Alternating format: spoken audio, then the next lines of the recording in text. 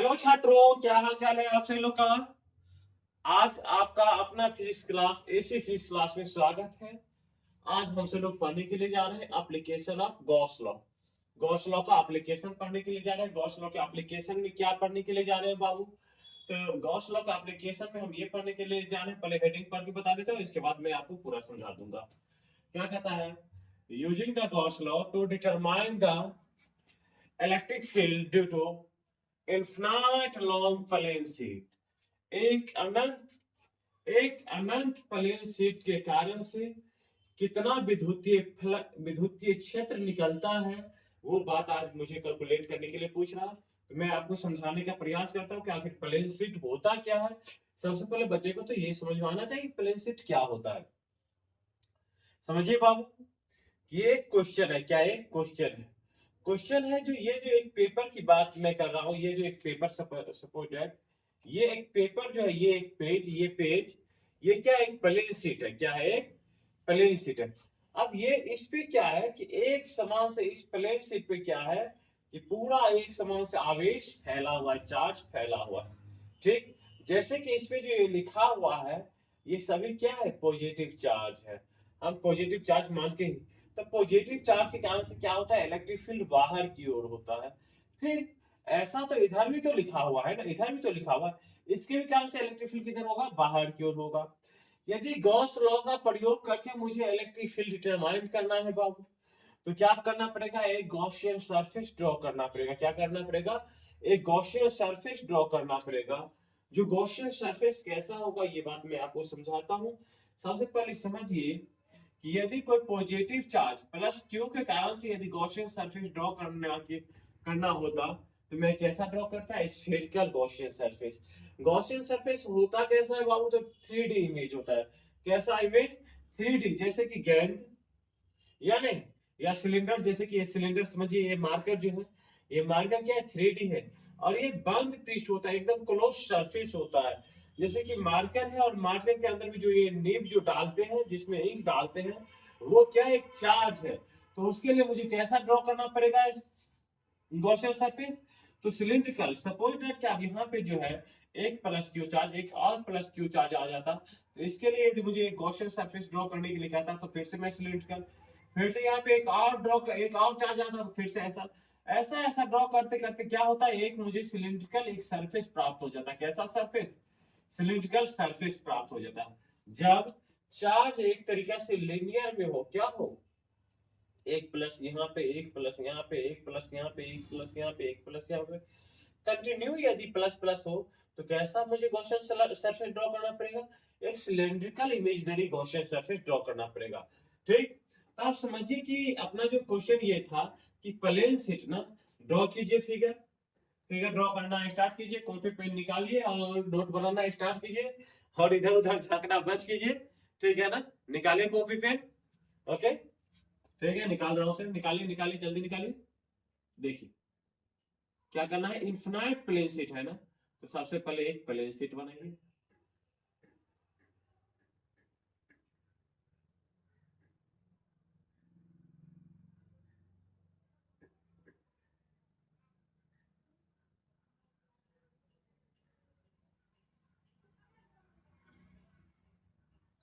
हो गया?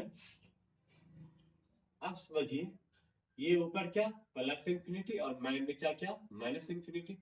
इस पे क्या है कि पूरे आवेश फैला हुआ है, पूरे आवेश फैला हुआ है, यूनिफॉर्मली डिस्ट्रीब्यूटेड है। अब इसके कारण से कितना इलेक्ट्रिक फील्ड होगा, वो बात मुझे जानना है। तो देखिए कैसा आवेश है भाई साहब, एक यहाँ पे देखिए, एक लिनियरली आवेश फैला हुआ है, या नहीं? इस तरीका से आवेश इसमें क्या है? फैला हुआ है बाबू। अब ये जो इसके लिए जो गॉड एक प्लेन शीट, अनंत लंबाई का ये प्लेन शीट होगा ना, इधर भी इंफिनिटी है, ये भी इंफिनिटी तक गया हुआ है। अब इसके लिए मुझे कैसा सरफेस ड्रॉ करना पड़ेगा? तो सिलिंड्रिकल गॉसियन सरफेस ड्रॉ करना पड़ेगा। कैसा?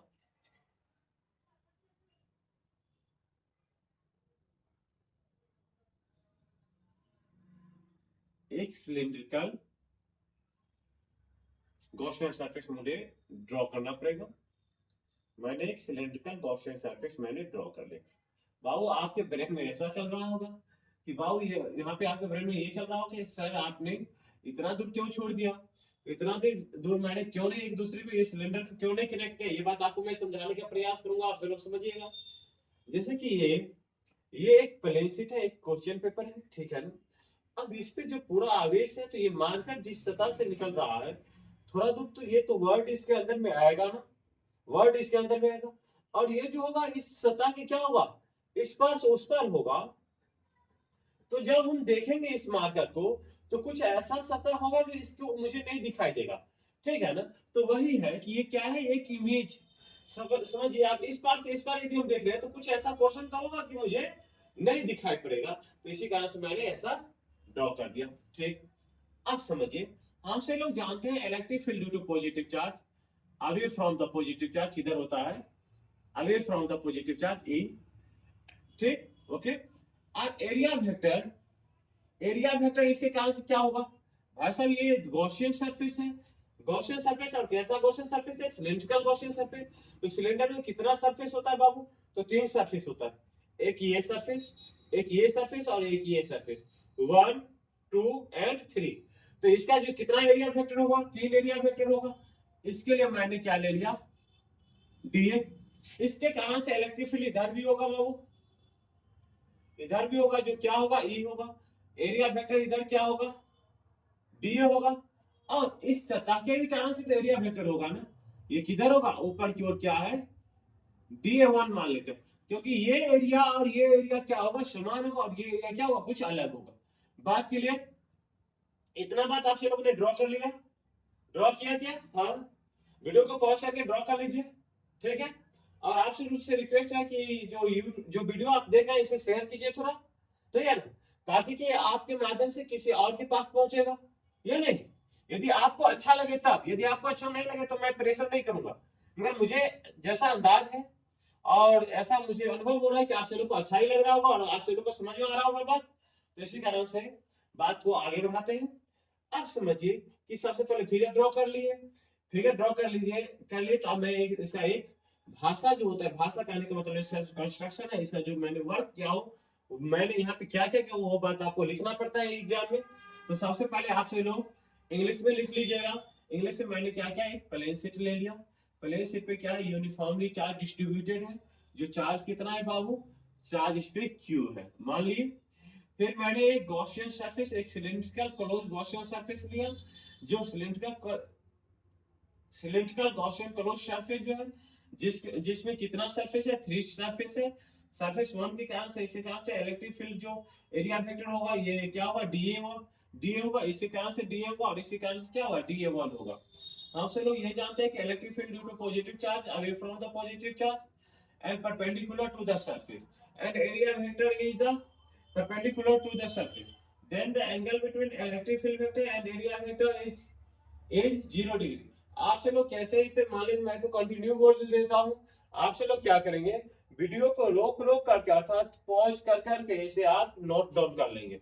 बात के लिए अब देखिए, जैसा कि साउंड इन फिगर आप लास्ट में लिख दीजिएगा, हर एक कंस्ट्रक्शन के बाद लास्ट में आप ये बात जरूर मेंशन कर लीजिएगा कि साउंड इन फिगर, जैसा कि फिगर में दिखाया गया है। अब ये बात हो गया, लिख लिया आपसे लोगों ने। फिर से हिंदी वाले लिख लीजिए बाबू, क्या है, हिंदी मीडियम वाले आपसे लोग भी लिख लेंगे कि मान लीजिए मैंने एक प्लेन शीट लिया जिसका लंबाई कितना है, अनंत है, ठीक। ये जो बीच का चौड़ाई हम मान लेते हैं कितना है बाबू, x मान लेते हैं।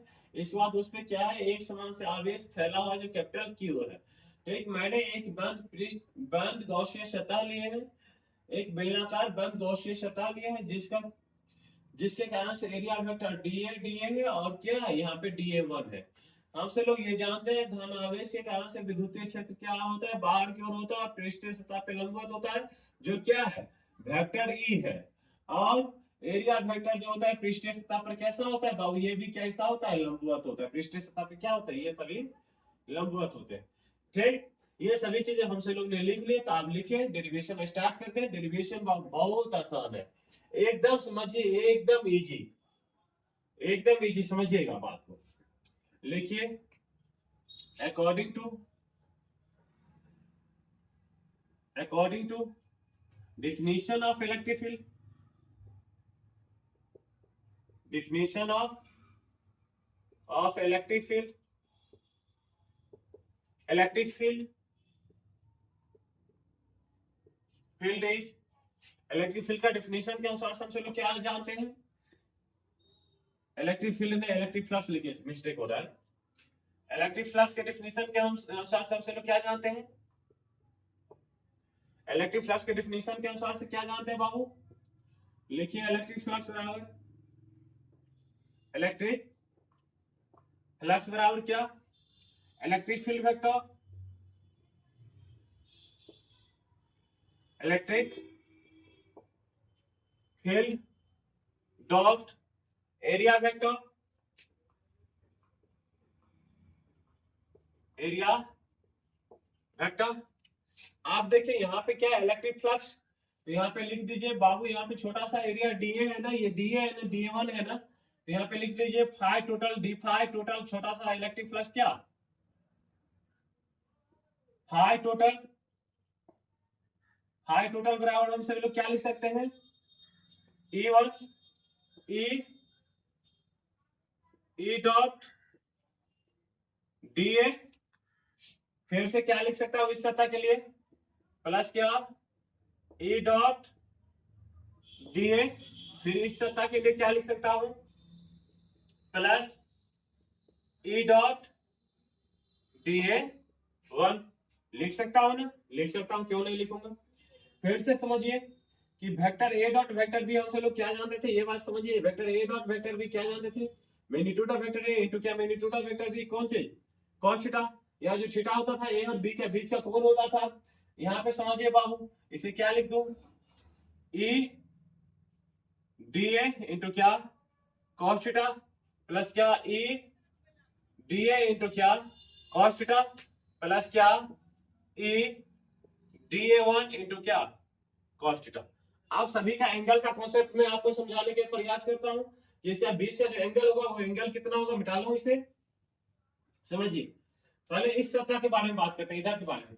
देखिए इलेक्ट्रिक फील्ड किधर, इधर, और सॉरी इलेक्ट्रिक फील्ड भी इधर, ये क्या है, ई है, और अपना एरिया वेक्टर भी किधर, इधर ही है, डी है। ये एक दूसरे को पैरेलल है, क्योंकि दोनों जो है सरफेस पे कैसा है, परपेंडिकुलर है। तो यहाँ पे थीटा इसका कितना डिग्री, ई और ए के बीच का जो कोण है वो कितना डिग्री होगा, वो कितना डिग्री होगा, 0 डिग्री। फिर से इस सतह के बारे में बात कीजिए, यहाँ पे देखिए ई इधर है और डीए भी किधर है, इधर ही है। अब इसके बीच का जो कोण होगा कितना डिग्री होगा, तो 0 डिग्री, क्योंकि एक दूसरे के पैरेलल है। फिर से इसके बारे में बात कीजिए, देखिए इलेक्ट्रिक फील्ड या तो इधर है या नहीं तो इधर है, और डीए जो है किधर है, इधर है, डीए1 किधर है, इधर है। समझिए आप, हमेशा जो है ये दोनों सतह से कितना डिग्री का एंगल बना रहा है बाबू, ये कितने डिग्री का, 90 डिग्री का एंगल बना रहा है। कितना डिग्री का एंगल बना रहा है, 90 डिग्री का। तो आप समझिए ई और डीए के बीच का कोण कितना डिग्री, 0 डिग्री। यहाँ पे लिख दीजिए ई डीए कॉस 0 डिग्री। फिर से यहाँ पे ध्यान दीजिए, ई डीए कॉस थीटा, ई डीए कॉस थीटा के बीच, थीटा की जगह पे कितना डिग्री, 0 डिग्री। फिर से लिख दीजिए ई डीए कॉस 0 डिग्री। फिर यहाँ पे ध्यान दीजिए कि ई डीए कॉस थीटा ना, ई डीए1 और थीटा की जगह पे यहाँ पे कितना डिग्री, 90 डिग्री ना। ई और डीए1 के बीच का कोण कितना है, 90 डिग्री। ई डीए1 इंटू क्या, कॉस 90 डिग्री। कॉस 90 का वैल्यू कितना, 0। तो हम सभी लोग इसे 2e डीए कॉस 0 डिग्री लिख सकता हूं। और कॉस 0 का वैल्यू कितना बाबू, 1 ना। इसे क्या लिख सकता हूं, 2e डीए इंटू 1, कोई जरूरत नहीं लिखने का। और यहाँ पे कौन चीज, phi d phi total, d phi total लिख दीजिए, integrating both the side, integrating both the side, integrating both the sides, d phi total बराबर क्या, integration of 2 e d a, फिर से integration of d phi total बराबर क्या 2e integration of d a. बाबू एक बार तो हम लोग मैथ में आपको पढ़ाया था कि इंटीग्रेशन ऑफ डी एक्स बराबर कितना होता है x, तो integration of d phi, integration of d phi का कितना हो जाएगा 5 हो जाएगा, और इंटीग्रेशन ऑफ डी ए का इंटीग्रेशन क्या हो जाएगा, डी ए का इंटीग्रेशन क्या हो जाएगा a हो जाएगा ना। तो डी फाई टोटल का इंटीग्रेशन क्या हो जाएगा 5 टोटल, और 2e और डी ए का इंटीग्रेशन क्या a। हमसे लोग यहां तक प्राप्त कर लिए इलेक्ट्रिक फ्लक्स, यहां से हमसे लोग ने निकाले इक्वेशन, इसे फर्स्ट मान लीजिए इक्वेशन फर्स्ट। फिर से लिखिए यहां पे according to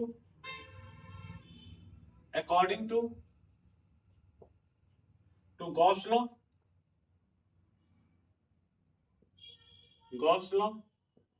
according to Gauss law, Gauss के नियम के अनुसार से क्या है भाई साहब, इलेक्ट्रिक फ्लक्स बराबर क्या होता है, इलेक्ट्रिक फ्लक्स बराबर क्या लिख सकता हूं, total charge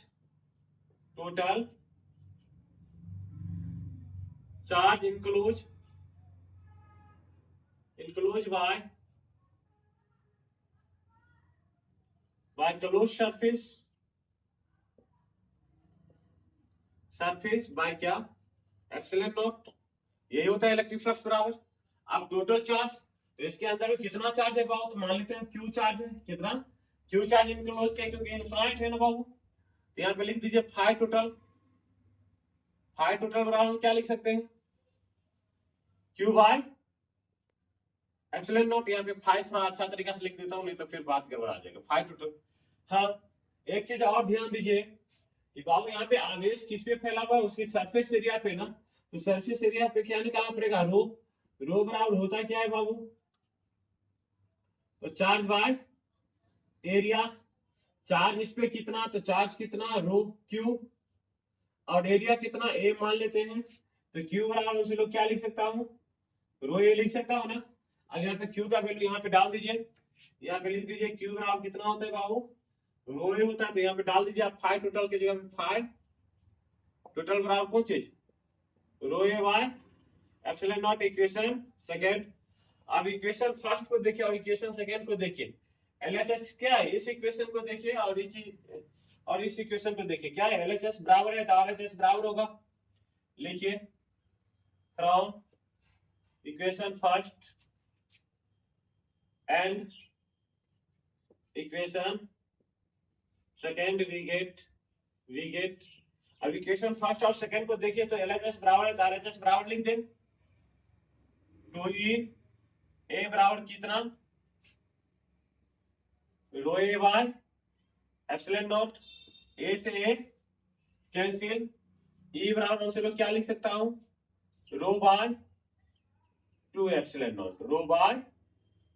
not, electric field हमसे लोग को प्राप्त हो गया। इसके लिए एक प्लेन शीट के लिए कितना इलेक्ट्रिक फील्ड होता है, तो रो बाय 2 एप्सिलॉन नॉट। बात क्लियर ना, कहीं दिक्कत कोई दिक्कत नहीं ना। तो नेक्स्ट लेक्चर में लेकर के आ रहे हैं एक जो होता है कोन के डिस्क वाला जो पोर्शन होता है, डिस्क जैसे कि समझिए जैसे कि एक कोन है, कोन का जो ये डिस्क वाला पोर्शन है इससे कितना इलेक्ट्रिक फ्लक्स निकलता होगा, ये बात मैं आपको कैलकुलेट करके बताऊंगा। इलेक्ट्रिक फील्ड इससे कितना निकलेगा वो भी बात आपको मैं बताऊंगा। तो नेक्स्ट लेक्चर में लेकर के आ रहा हूँ। Thank you.